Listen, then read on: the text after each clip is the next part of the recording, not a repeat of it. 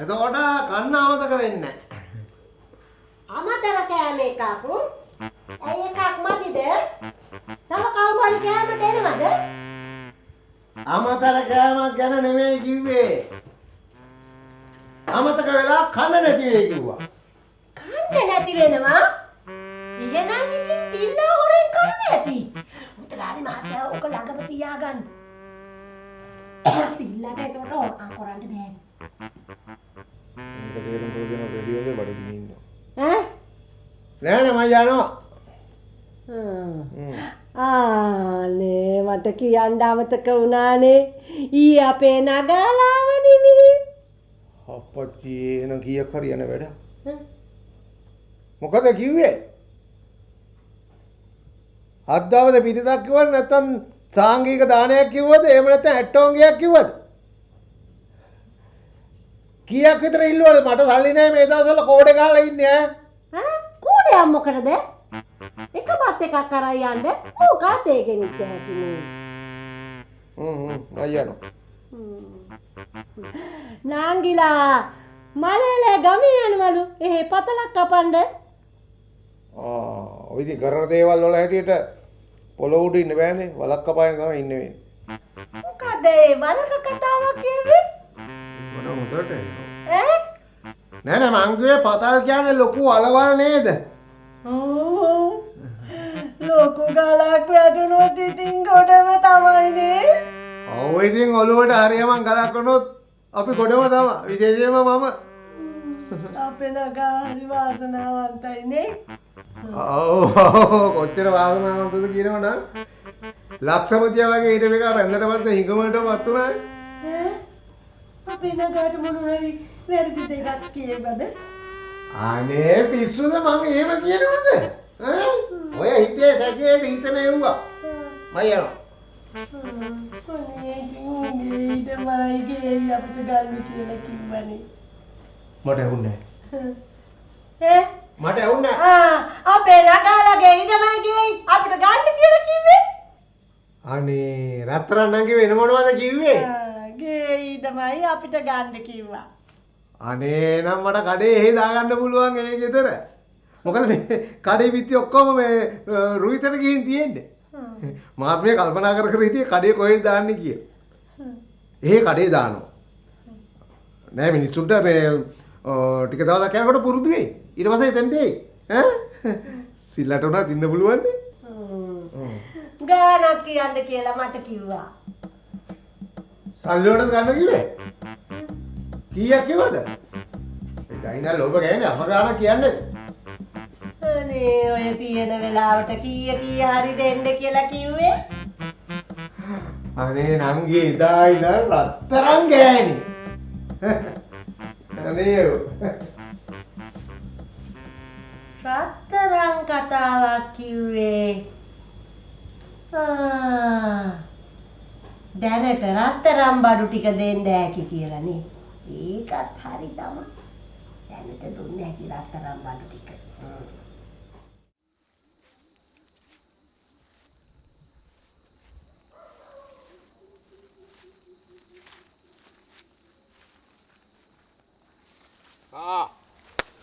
මගට වෙලා හිටියා. අම්මෝ සිටියෝ. මොකද බම්මනේ කියන්නේ? මට මොකක් හරි බලවසර රිංග ගන්න ක්‍රමයක් පෑදුනාද? වැඩේ ටිකක් උග්‍රයි. වැඩේ ටිකක් උග්‍රයි. මැනික ඉන්නේ සෑහෙන කලකිරීමකි. කලකිරෙනවනේ ඉතින්. ඕන ගෑණියෙක් කලකිරෙනවා. කල නෙමේ බාල්දු පණිට්ටු ඕන එකක් කිරෙනවා. ඇයි දෙයි හාමුදුරනේ තමන්ගේ මිනිහා වෙන වෙන ගුබ්බෑයන් වල ඇඳන් යට රිංගුවම මොන ගෑණියටද කේන්තියක් නැත්තේ. තෝ ඒක මට තෝත් තවද මට කට කඩිච්ච කතාව කියන්නේ. ඈ? මන්ද මේ තෝ මේකට පංගාතු කරගත්තේ ඕහන්න දෙයක්ෝ? ඈ? මම බලාපොරොත්තු උනේ තෝ ගිහිල්ලා මොකක් හරි මට මේකෙන් ගැලවෙන්න ක්‍රමයක් හොයාගන්නයි කියලා. ඔය ඉතින් මං ක්‍රමයක් කියලා දුන්නා. මං කියලා දුන්න ක්‍රමේ මන් නැතුව කරන්න කියලා නෝගාන්ට ඇනගත්තේ. හොඳට කරගන්න තිබුණා. පණ්ඩිතකම වැඩිනේ. කවුද පණ්ඩිත? කවුද පණ්ඩිත? මං කියන්නේ ලේකම. මේ ඔහම හිටහන්. මොකක් හරි තොইলයක් නරලා මාව ගොඩ දාලා දියන් සිටියෝ. වැඩේ ටිකක් උග්‍රයි. වැඩේ ටිකක් උග්‍රයි. මැනික ඉන්නේ සෑහෙන කලකිරීමකි. කල නෙමේ බාල්දු පණිට්ටු ඕන එකක් කිරෙනවා. ඇයි දෙයි හාමුදුරනේ තමන්ගේ මිනිහා වෙන වෙන ගුබ්බෑයන් වල ඇඳන් යට රිංගුවම මොන ගෑණියටද කේන්තියක් නැත්තේ. ඔය ඒක මට තෝත් තවද මට කට කඩිච්ච කතාව කියන්නේ. තොයිලේ කිව්වා මතක් වුණේ. හොඳ අයිඩියා එකක් ආවා. කියන් දාඩ සන්නියක් නැටුවත් හරියයිද? දාඩසනි එහෙම නෙමෙයි. මන් දන්න හොඳ එකෙක් ඉන්නෝ ටීටර් කාරේ. ඔය ගමන මේ මගේ පළහිලව්වෙන් ටීටර් නාට්‍යයක් ගහන්න හදන්නේ. බලුවට කරන්න එපායකෝ. ඔන්න ඒක නම් තෝගේ අවසානේ. ඔන්න ඕකනේ ඉතින්. මොනාවක් කරන්න විදියක් නෑ. අපි ඉවර කරන්නනේ බලන්නේ. නෑ බං එහෙම උඹටම කිව්වා නෙවෙයි. ඌ අර પરම්පරා ගානක් තිස්සේ අපේ ලේවලට කාව ඇතිලා. මිනිස්සුන්ව බය කරලා. තොට කරන වැඩේ බලාගනින්. තෝව මරනවා. තෝගේ අවසානේ තමයි. තෝව 18 මාසයකට ඇතුළට දානවා කියලා හුරු වෙලා. ඒකයි. උඹට කිව්වා නෙවෙයි.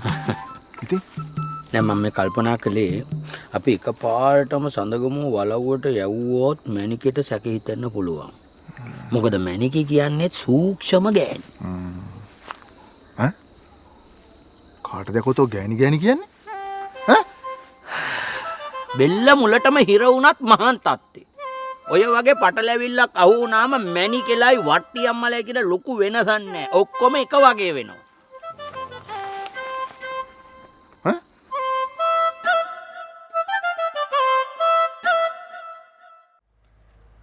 උඹට තියෙන තදියමට ඒ කෙල්ලට එන්න බෑනේ. උඹට තිබුණේ පිරිමියෙක් විදියට ඉඳලා ඒ ළමයාව එක් කරගෙන එන්න. ඒ ළමයා කොහොමද තනියෙන් එන්නේ? එයාට තනියම එන්න බැරි කමක් නෙවෙයි අම්මේ. එයත් එක්ක දෙන්නෙකුට එන්න බැරි කමක් තියෙන්නේ. මේ පැත්තට ගත්තනකොට එහෙට විදි වෙනවා. මේ පැත්තට ගත්තනකොට මෙහෙට විදි වෙනවා. ඒකනේ.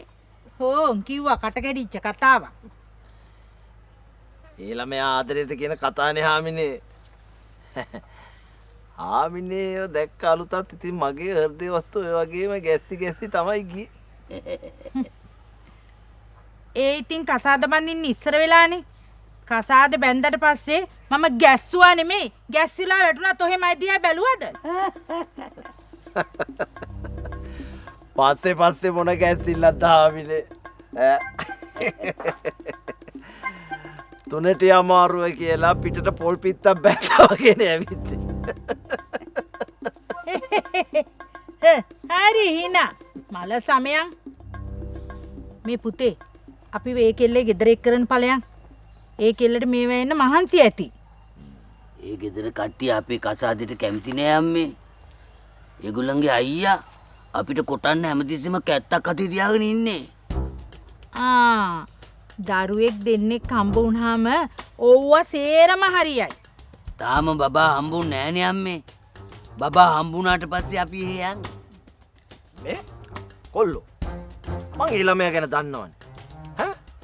ඒ ළමයාට අම්මා තාත්තා කිසි කෙනෙක් නෑනේ බං. නෑ.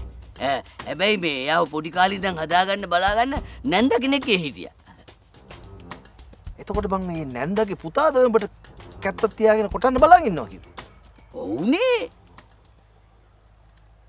හැබෑවටම උගේ හිතේ තිබුණත් දන්නේ නැහැ කෙල්ල ගැන අදහසක් එහෙම.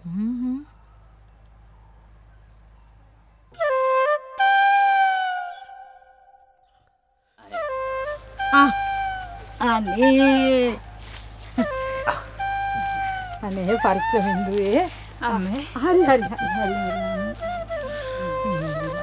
මෙතන පරික්ෂමින් හිමි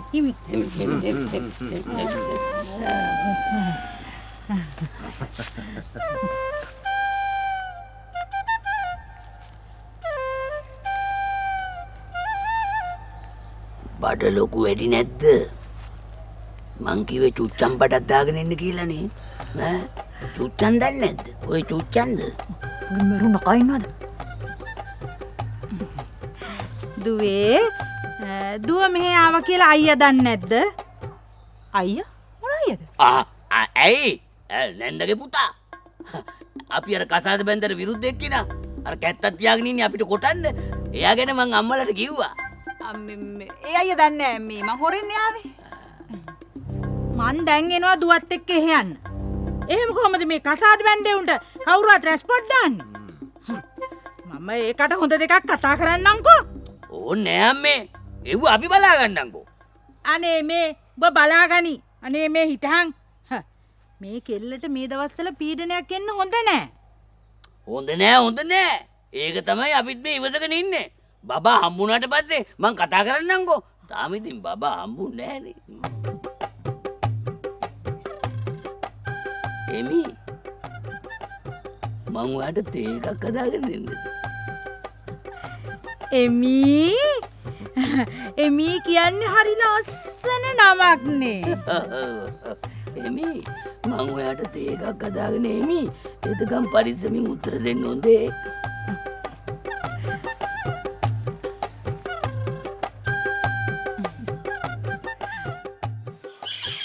ඒක අකාගේ කතාවක් නේ. සිටියා මෙහෙන්නේ අහවල් දෙයකට නෙවෙයිනේ. මිලිනට ඒක තේරුම් කරලා දෙන්න. අනේ ඌවා මිලින්නට තේරුම් ගන්නවට වඩා ලේසි හඳට ඉනිමම් බඳින එක. එන්න තමයි ආදරය කරනකොට සැක කරනවා. සැක කරන්නේ නැත්තම් ඉතින් ආදරෙත් නැති වෙලා. ඔව් ඉතින්. උඹලට ආදරය ගැන අපිට වඩා තේරෙනවනේ. බලන එකාලට මාව කොහොම පේනවද දන්නේ නැහැ සිටියයි. ඒ වුණාට ආදරේදී මම හරි අවාසනාවන්තයි. මට හරියන ආදරයක් ජීවිතේට ලැබිලා නැහැ. ඔය කිව්වේ කෙප්පේ. කෙප්ප නෙවෙයි. ඒක තමයි ඇත්ත. මේ එව්වකාරි නෑ. මං ඔබට එන්න කිව්වේ මොකද්ද උනේ කියලා දැනගන්න. බබාටත් ඉතින් මං හින්දා මේ බබා රචිටත් ඉතින් මං හින්දා ප්‍රශ්න වෙනවනේ. වෙනව නෙමෙයි. ප්‍රශ්න වුණා. බබා රචිත් කිව්වා මේ සිටි අයගෙන් අහලා තමයි ඕන දෙයක් කරන්න වෙන්නේ කියලා. මම මේ කියන්නේ ඔබ දැන් පෙන්වන්න ඕන ගජසිංහත් එක්ක බොහෝම ආදරෙන් ඉන්නවා කියලා. තේරුණාද? ඊයනවත් ආදරේ හිතෙන එකේ කිය බං. ඒ වුණාට ඉතින් පව් අපි ජීවත් වෙලා ඉන්නේ පාය. වා නෙමෙයි. මම මේ හදන්නේ දෙපැත්ත කොහොම හරි බේරගන්න. ඒකට හරියන්න පොඩ්ඩක් කල්පනා කරලා වැඩ කරහල්ලා. මැනික මොනවද කියන්නේ? බබා රච්චි බලවට යන්නෙම නැද්ද? කොහේ යන්නද? දැන් ගියොත් ඔළුවම කයි. ටිකක් කේන්ති හින්දුනම යනවා කියලා කියන්නේ. මන්ද මැනිකටත් ඉව තියනවද මන්ද? බබා මෙහෙට එනකන් ඉඳලම ඉන්නේ. බොය බබා කියන එක බැරි වෙලා හරි මැනිකට ඇහුනොත් උඹේ ඇහි බබත් නැති. පුරුද්ද හොඳ පුරුද්ද. ඔය ඉතින් බබා රජ්ජිත් ගුටි කණ එක පුරුද්දට ගියාම ඕක හරියයි. අන්තිමට උඹලාගේ මගුල් වලින් මගේ මගුලයි නැති වෙයි. කරන දෙයක් හොඳට හිතල මතල වැඩ කරාල. හොඳද? අනිත් එක පුරුදු වෙලා ගෙදරට එන මිනිහෙකුට තේ එකක් දෙන්න. ඔච්චර දෙයක් කරන්න. සිටියයි. දැන් ඔබ මෙහෙ ඉඳන් තේ බිව්වොත් එහෙම බබා ආරච්චිට තේ එකක්වත් බොන්න නැති වෙනවනේ. ඔබ ගිහිල්ලා බබා ආරච්චිට තේ එකක් හදලා දීලා ඔබත් තේ එකක් හදාගෙන ඉන්නම්. ඒක යකාගේ කතාවනේ. මම මේ බබා ආරච්චිට තේ අදින්න මං අතවැසියෙද්ද? අර මනුස්සකමට ඔය කන්න ඩිංගක් දුන්නේ වැටලා ඉන්න තැන හින්දා. අන්තිමට ඒකේ මට ලැබෙන්න තියෙන තේ එකක් නැති. මේ බබා ආරච්චි ගැන පොඩ්ඩක් හොයලා බලපන්. ඔය ඇඟපත ලොකුවට තිබ්බට හිත හරිම ලාමකයි. ලාමකයි නෙමෙයි ළඟදිම කයි. ලාමකයි.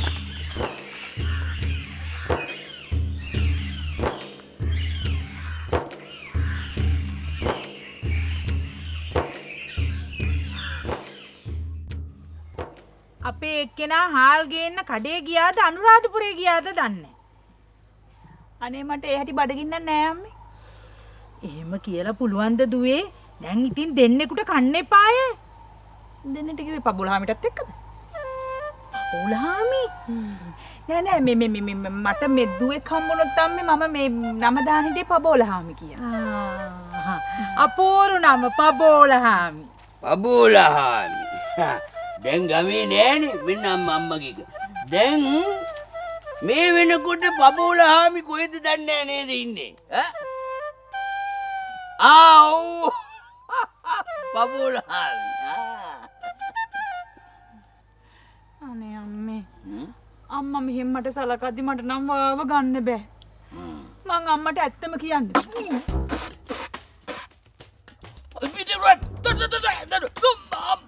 අම්මෝ මට ගානවද බං ගානවා කියලා කසුදු කවවත් ඇද උනාද කොයි පුරුදු වෙන්නද තේ බොන්නේ? පිටි උගුර ගිහිල්ලා නැහියන්. මේ අයියා දැන් ගෙදර එන වෙලාව නේද? දැන් ඔයා ගෙදර ගියොත් හොඳයි නේ. අනේ මේ ගුණි අයියා මං ටිකක් අම්මත් එක්ක කතා කරලා එන්නම්. අනේ අම්මේ මට ඇත්ත කියන්න ඕනේ. මේ වැඩි යන්තම් ගොඩ දාගෙන යන වෙලාවේ නිකන් නටන්න ලෑස්ති වෙන්න පොන්දේ පිස්සු නටන්න එපා. මොකද්ද දුවේ කියන්න තියෙනවා කිව්වේ? අම්මා ලෙඩින් ඉන්නේ. මෙතන හොචුස් ගාලා පණ ගියොත් එහෙම මොනවද කරන්නේ මේ? ඔක්කොම හරි. ඔය එමි ගානක නවත්තනවද? මොන විකාර. මොකද එමි කියන එක ඇති වරද්ද? එමි හොඳයිද? එහෙනම් මං හාමි කියන්නද? ආමි ඔයාට වෙන නමක් නැත්නම් මම කියන්නේ ඔය ජරා සතාගේ නමම කියන්නේ අපතිස්ස බං.